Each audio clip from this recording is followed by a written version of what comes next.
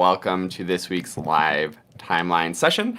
I'm back. Last week I had a concert, so we didn't have a session like normal, but this week I don't have a concert. The concert went really well, though. It was a great time. I'm really looking forward to getting back into these timeline sessions because they're so good and useful, I think. Even if you don't have the next generation clarinet method, but especially if you do, and you're going through this mastery timeline, I think it's really great for you to sort of see how I approach it and see how to get the most out of it and get the most impact in your clarinet journey. So just a quick recap for people who don't know. The next generation clarinet method is my method book. You can learn more about it at quickstartclarinet.com/nextgenbook. The link is in the description. The cool part, or one of the cool parts of the program, is that there's these timelines that give you the exercises to work through and tell you where to go step by step. And I'm working through those live here with everybody for my own benefit, to work through these exercises and get practice with them, see how it feels from your perspective to be going through my method, and to demonstrate how to get the most out of it, because these are simple exercises. They're very straightforward, notes and rhythm wise for the most part, but they're incredibly powerful if you do them with the right mindset and go really deep into them, and that's what I'm hoping to demonstrate here. So without further ado, we'll get on to, I think it's in number 8, whatever the title says, I'm pretty sure it's number 8. Which starts with our daily warm-up, and then we'll get into the actual session as well. So let me pull up my timer so I can stay nice and organized and on track with everything. And let's get to it with some scale long tones.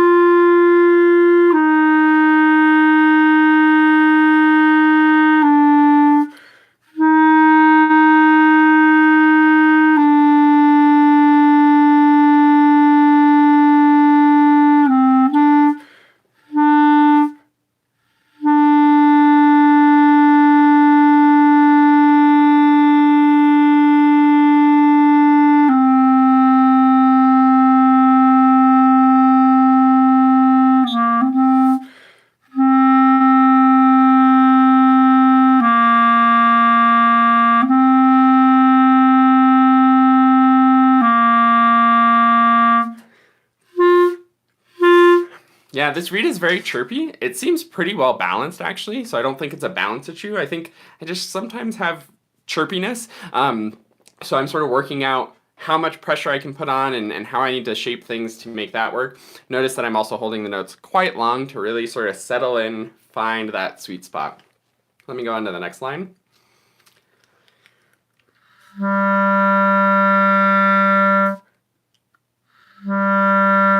I also feel like I'm having a pretty good sound. I actually like the sound quality pretty well, but I want to warm it up a little bit, have just a little bit sweeter sound, and maybe a little bit softer as well.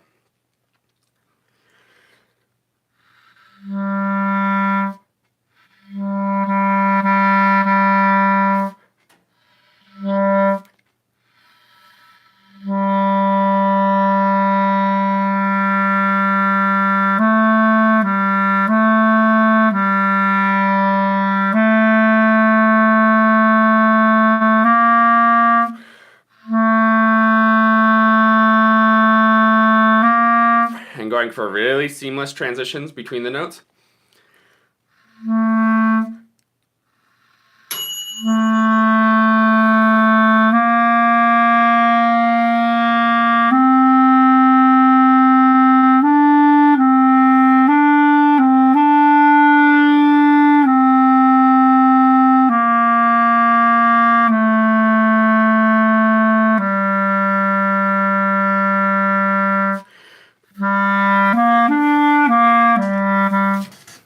So you probably heard my timer, so time is up for the long tones. That felt pretty good. I feel like I'm starting to get the feel for this read, and we'll go on to the technique. And this is the climbing up chromatic finger flexibility that I'm going to be doing. I'm going to go ahead and start towards the end, since that will still get me through the pinkies, but I usually don't make it through this whole exercise in the 7 minutes allotted, which is totally fine because I'm going really in depth with it. So I'm going to start at C, which is the second measure of the second line.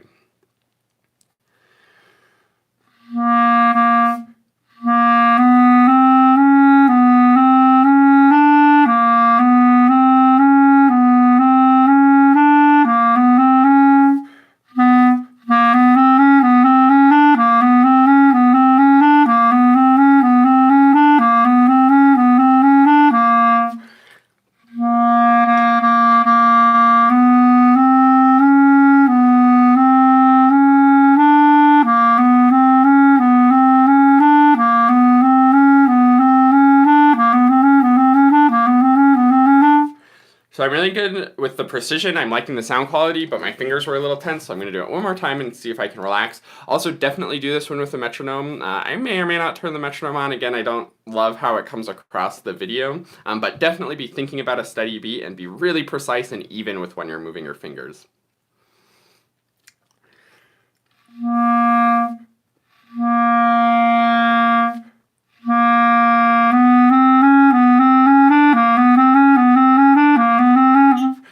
I think I know what's happening. Is I feel like with this read, I need to kind of work to get it just right. Not necessarily that it takes a lot of pressure or a lot of strength with the embouchure, but it just needs to be just right. So the tension or the effort from my embouchure is carrying over into my fingers. So I'm going to try to focus on sort of decoupling those.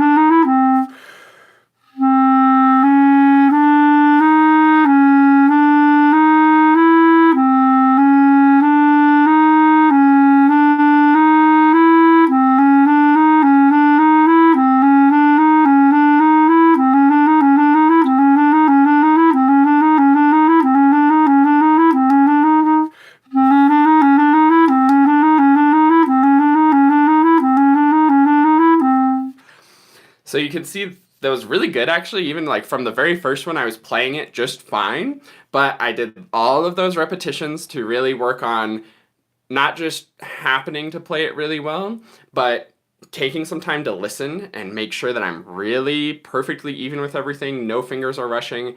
Everything's totally relaxed. The sound quality is exactly I want.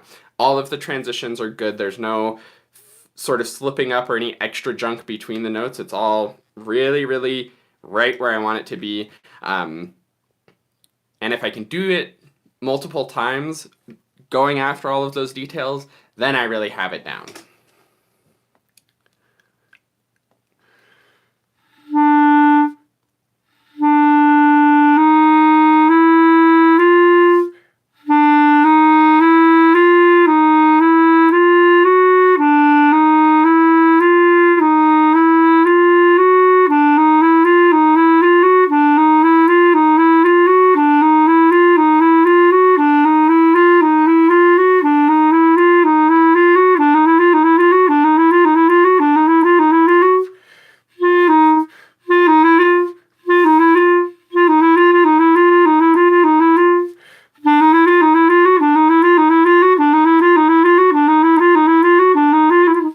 There was a little bit in there that I felt like I was rushing and compressing a little bit, so I just isolated that to really fix those little issues.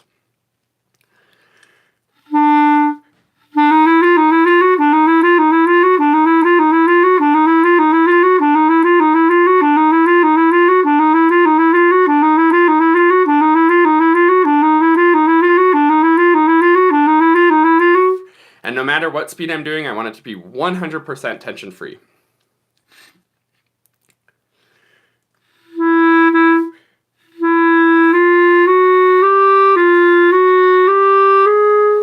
And this one has a lot to do with these throat tone notes, so let me go ahead and stand up so you can see my fingers on this one, and see how I'm trying to move that as little as possible.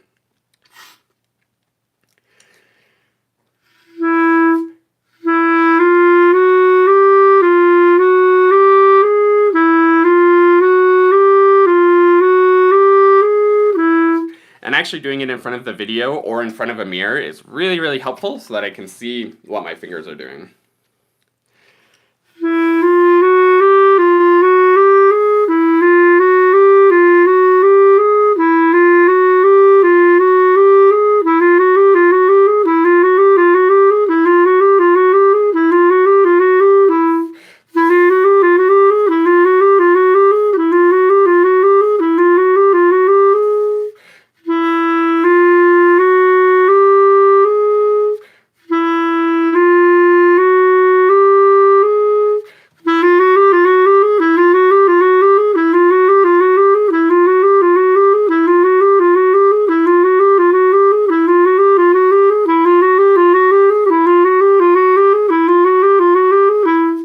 I was also checking in with what my wrist was doing, making sure that that's not moving around too much. You can see that it's just the one finger moving.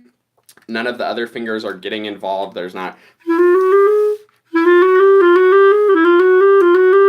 Because the more motion you have, the harder it is to go quickly.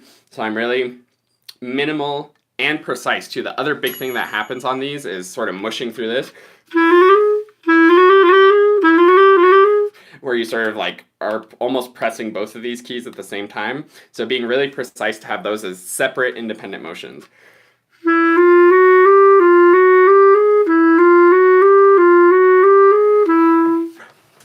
And that's the time up for this, and I only did 4 out of 11 measures, I think, which is totally fine because I'm really going in depth, and I really felt like I got a lot of good stuff. I also, in particular, really like the idea of separating the support here from the relaxation here. That was a helpful idea, which I've thought about before, but maybe it's been a little while.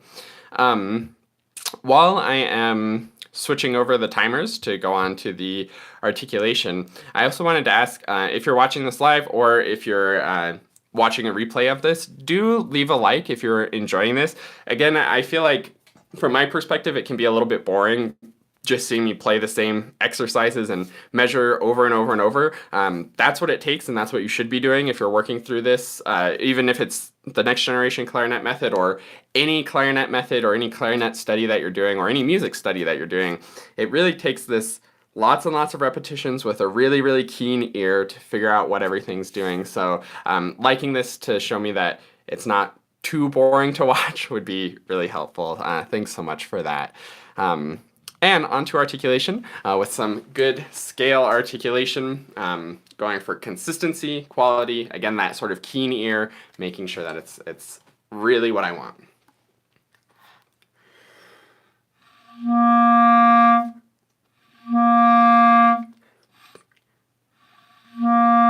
And of course, articulation is all about starting notes, so I want that first note to start with good articulation as well.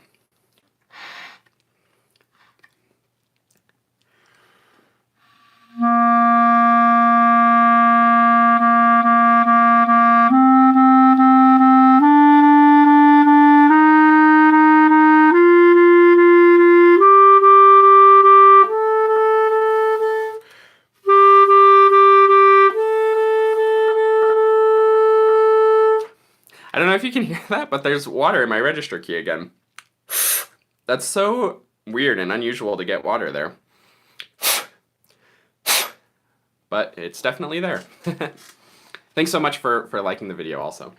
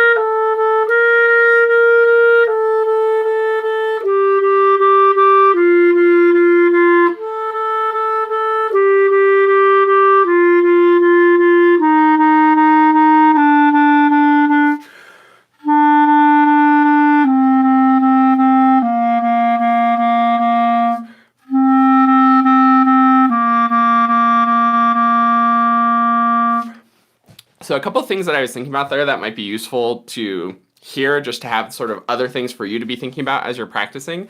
The last thing was making sure that my ending notes were matching the sound quality from the beginning. I want to make sure that as the exercise goes on, I'm not losing the focus on the sound quality. I repeated the high C a lot because I was hearing just a little bit of undertone on like the second note when I was doing eighth notes. So I slowed it down so I can be really precise about just getting that note to come out. I noticed after my breath when I started on the high C, I really liked how that came out. So I tried to sort of recreate that a few times to memorize how that feels. I noticed that it was how my tongue was touching the reed. When I was sort of like this, if this is the reed and this is my tongue, more like this was good. When I went a little bit too far down, actually too much with the tip of my tongue, but not at exactly the tip of the reed, was when it got that little bit of undertone. So being just behind the tip of my reed, like a millimeter off of the tip, at the very tip of the reed, was what worked the best for me to get that to come out consistently. And then I went down to A and then went back up and did it again, because I didn't like how when I went from B to A, I sort of pushed the clarinet down like that. So I want to make sure that the clarinet's staying really steady no matter what my fingers are doing.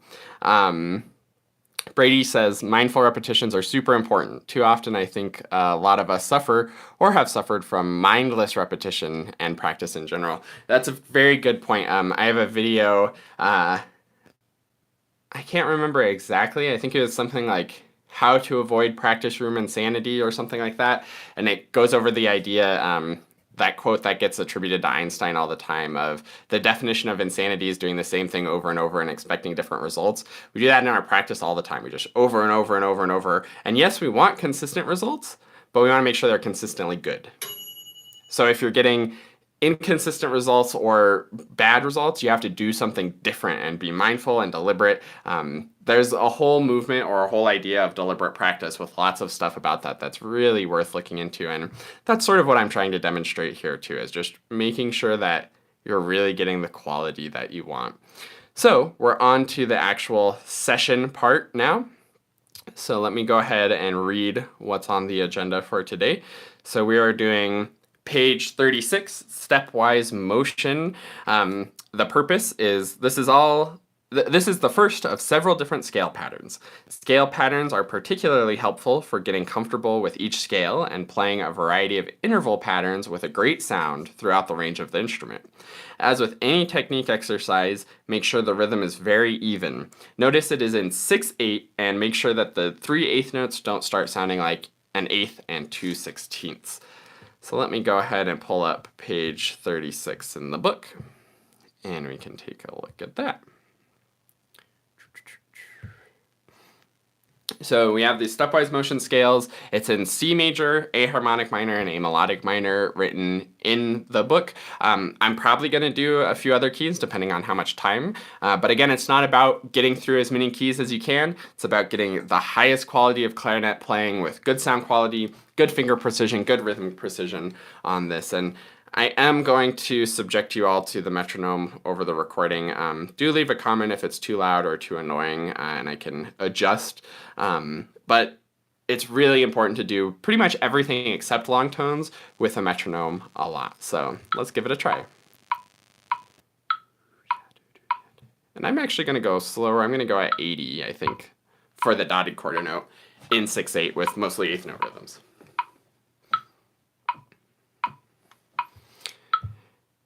And hold on, I'm also going to take off of the accent because that kind of drives me crazy sometimes.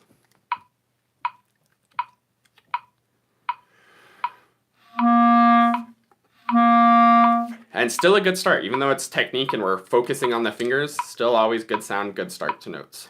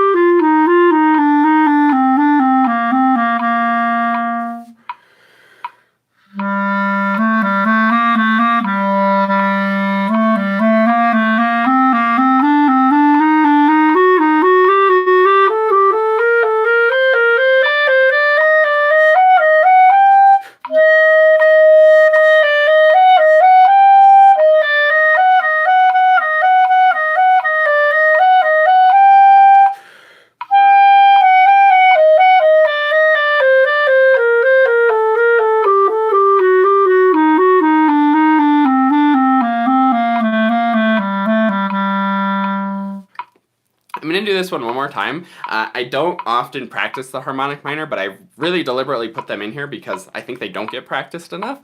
So for my own good, I'm going to really get this, get comfortable with it.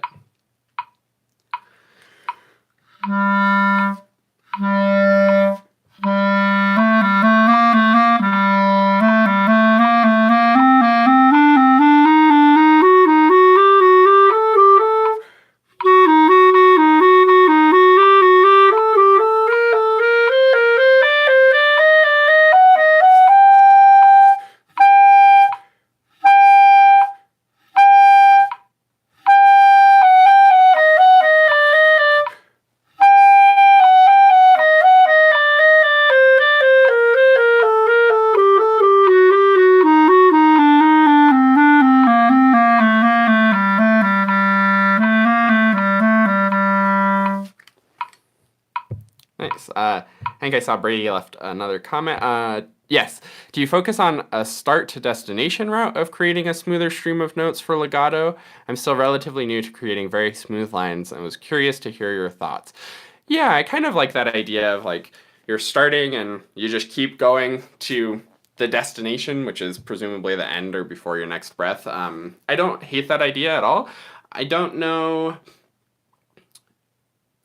I think I do think about that to some extent. The thing to be careful of with that is you don't want it to get too boring, where it's just sort of gets very monotone and everything's almost too steady sometimes. Not that too steady is a bad thing. Super steady is a great place to start. What I like to think about is the reed vibrations a lot, and just thinking about I'm keeping the reed vibrating on and between each note. So I think that's the thing that usually harms legato the most, is that we're thinking so much about like each individual note or getting a good sound on each note, and you get that sort of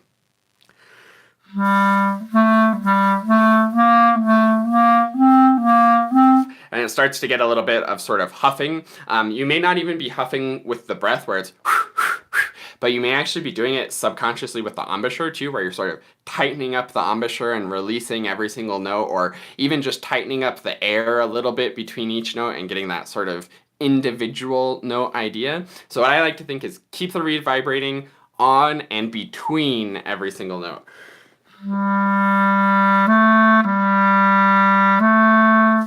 A lot of times in long tones, I like to think of this idea that the listener, or even myself, don't know when the note changed. They just sort of suddenly hear or notice that they're hearing a different pitch. So sometimes we hear a note change really clearly. The best example is actually tonguing it. You can hear like the articulation happens, so that cues that there was a change of notes and sort of grabs the listener's attention. So what I want is it to be so smooth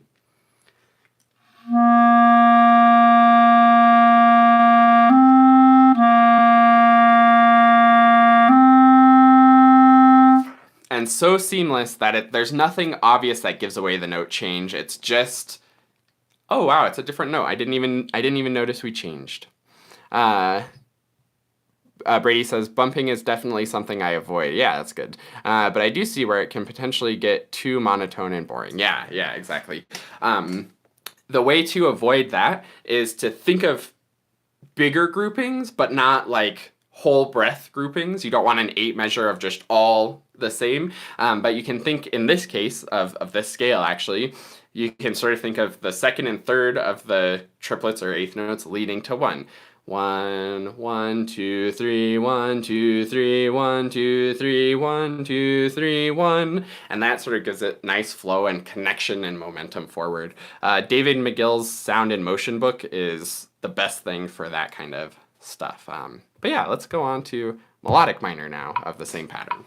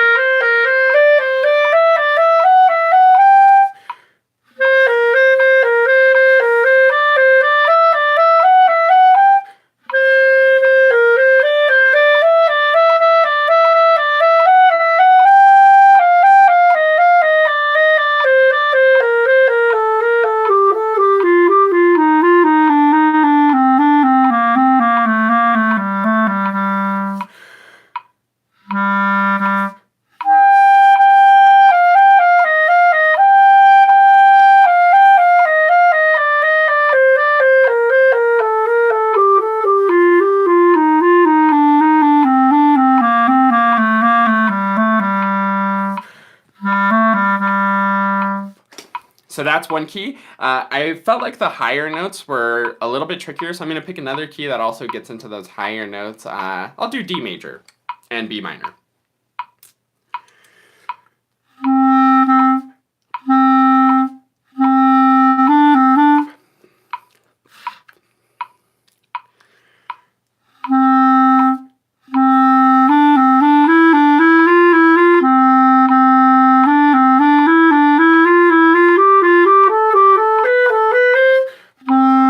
I feel like a lot of the sound quality between notes is not super even, so I'm going to try to fix that.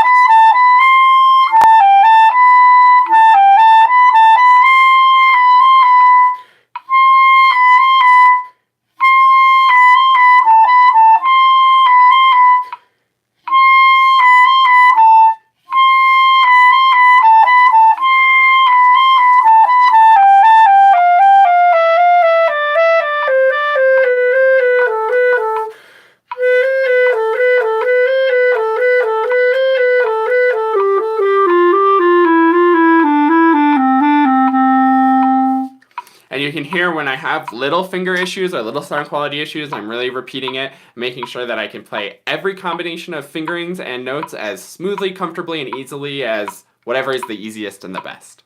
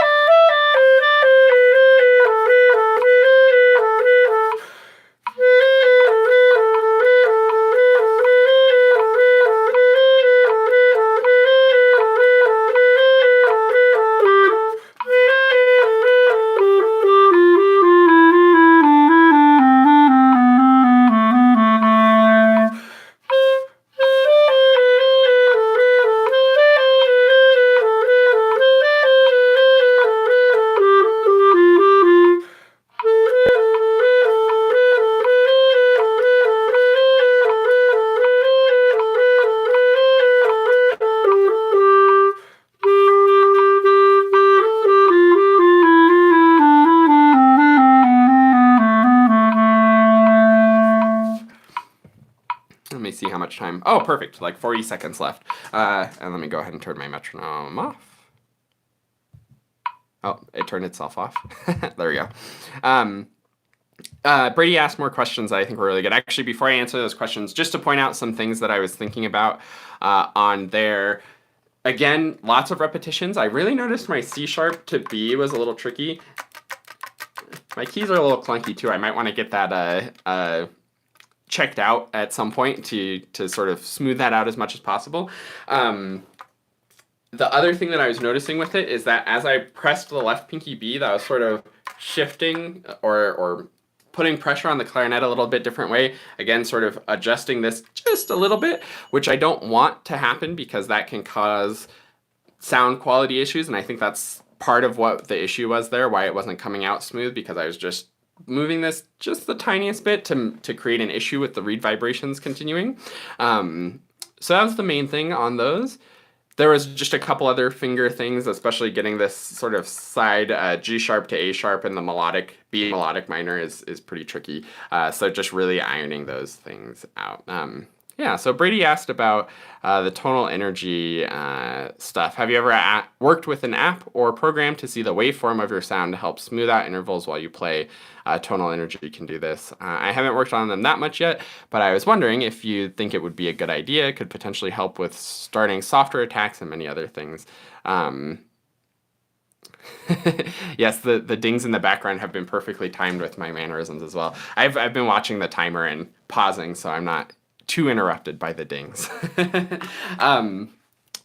So yes, tonal energy, I have done that a little bit. They have all kinds of really, really cool analysis with the waveforms and stuff. It's also great to sort of see the pitch and notice that we always attack sharp and trying to work on fixing that, which can be a real challenge. The spectral analysis in there is really cool too. You can sort of get a sense for your tone quality by looking at which frequencies are coming through in the harmonic series, and then just seeing the waveform too to see, is there an accent at the start, or is it sort of that football shape that we always get, that. And that's actually a lot of the reasons why we start sharp too, is we start a little bit too tight and then we have to relax and let it open up. So we start with a thin sound and a high pitch, and then we open up and the pitch goes down and then the sound sort of finds its center. So working to get really square starts, I like to call it, where the waveform is just kind of like that, is really, really good. And I think it's a great tool, and I wouldn't recommend not using it, but sort of because this is what I do, and I think a lot of clarinetists sort of have this personality where we get a little bit too nerdy and too into those details of like, oh, can I make the mechanism show up just right? And like, tonal energy says that I'm sounding good. It's giving me a smiley face on the tuner, so like I'm doing good. That's great, and it's great to sort of notice things and point out new things, but the ultimate test has to be your ear and what it sounds like to you, what it sounds like in a recording, what it sounds like to your teachers, and ultimately the audience. That's who we are really caring about, is trying to make something that sounds good to the audience. So that has to be sort of the ultimate test. All of the tools are really cool, and you can get a lot of great stuff out of that, but you have to make sure that it's sounding good and you're not just chasing the needle of whatever the tool is telling you. But yeah, this was a really great session. Thanks for asking questions and watching. I'm going to put in my notes. Brady says, I think you should definitely find a way to train yourself to hear, of course, but I think it might be a good way to start out. Yeah, I agree. And it is a useful tool for sure. But the ultimate goal is the sound quality. And if it helps you to find good sound quality, fantastic. Just make sure it's never getting in the way of that, and it's always a helpful tool. So my notes for today, I would probably put down the keys that I went through, and then also there was something in the warm-up, a couple things. Decoupling the air and embouchure from the fingers, which again is something I've thought about before, but it really popped up and really helped. So just making a note and remembering that, like, yes, that stuff that I've heard from my teachers before is really good. So that would be a good thing to put in my notes. And there was one other thing in the warm-ups. Oh, I think it was the finger motion, but that was feeling good. Yeah, awesome. So many comments and everybody here. This is great. And I love interacting, and I'm happy to go a little bit longer on these. Keishana says hi, hello. Laughed A says, how should your embouchure look? How it's looked this whole video that I've been playing. Flat chin, corners in, top lip coming down. Pretty circular-like. And this sort of pointed chin with your teeth nice and engaged is really important. Keishana asks, how do you do controlled breathing? That's a good question, and it all comes down to a couple things: the efficiency of your air and just being as relaxed and natural as possible. I think sometimes we realize that breathing when we're playing the instrument is different than breathing in real life when we're just talking or whatever we may be doing.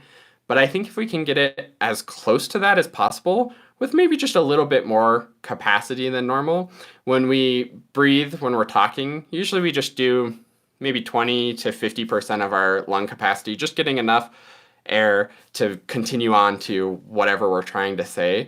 I think when we're playing an instrument, we want to typically fill up as much as we possibly can. And I think that's really the only difference. We still want it to be as natural as possible. So as I've been talking, I've just been breathing and it hasn't been totally distracting or anything crazy. So you want to do that on the inhale and just like you're doing anything naturally breathing. And then the exhale, it's really important to sort of pressurize the air or keep it as supported as you can. So that comes down to keeping the air cavity as big as you can and supporting really well. And that will also hopefully make the air more efficient going into the instrument so that you can last a little bit longer there too. You should check out my video on the anatomy of air support. I also have a whole playlist on air that sort of goes over a lot of these different things. So thanks so much for watching, everybody. Thanks for leaving those likes to let me know that it's not too boring just watching me practice and play a bunch of repetitive stuff. But it's been really great, and I hope that you all are enjoying seeing how you can really take the next generation clarinet method and put it into practice and get a lot out of it. And I will see you next week. Yes, I will be here next week. And we'll do the next session in the timeline.